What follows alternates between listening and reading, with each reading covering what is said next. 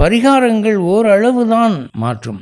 நீங்கள் ஜோதிடர்கள்ட்ட போனால் இந்த திசாபக்தி இப்படி இருக்குது, ராகு திசை ராகுபக்தி ரொம்ப மோசமான நேரம், ஒரு 7 சனிக்கிழமை நீங்கள் உளுந்து தானம் பண்ணுங்கள் சரியாக போயிடும் அப்படின்றாங்க. இதெல்லாம் பரிகாரங்கள் பலனற்றவைன்னு நான் சொல்ல வரல. பரிகாரங்கள் கர்மாவை குறைக்கலாம், அடியோடு மாற்றிடாது. என்ன சார், ஒருத்தனை அடித்து கொண்டுடுறோம், அந்த பாவம் நம்ம தொடர்ந்து வருது, மறு ஜென்மத்தில் அதே வயசில் நமக்கு அதனுடைய தண்டனை அனுபவிக்கிற போது சும்மா ஒரு 7 சனிக்கிழமை உளுந்து தானம் பண்ணிட்டு அவர் கொலை சரியாக போயிடுமா? போகாது. ஓரளவுக்கு நம்ம பண்ண அந்த புண்ணியத்துக்கு அது கொஞ்சம் முட்டுப்படும், அவ்வளவுதான். பயணங்கள் மற்றும் வேகம் அதை ஒன்றும் செய்யாது. வேகமாக நம்ம ஜப்பானில் ஷாங்கே ட்ரெயின் ஒரு ட்ரெயின் இருக்குங்க, உலகத்திலேயே மிக வேகமாக ஓடக்கூடிய ட்ரெயின் அதுதான் அப்படின்னு அகில உலக ரீதியில் தீர்ப்பு வழங்கியிருக்காங்க. அந்த ரயில் ஏறி உட்காந்துட்டு அந்த கர்மா என்ன செய்யும்? நம்மள கர்மா அவ்வளோ வேகமாக வருமா?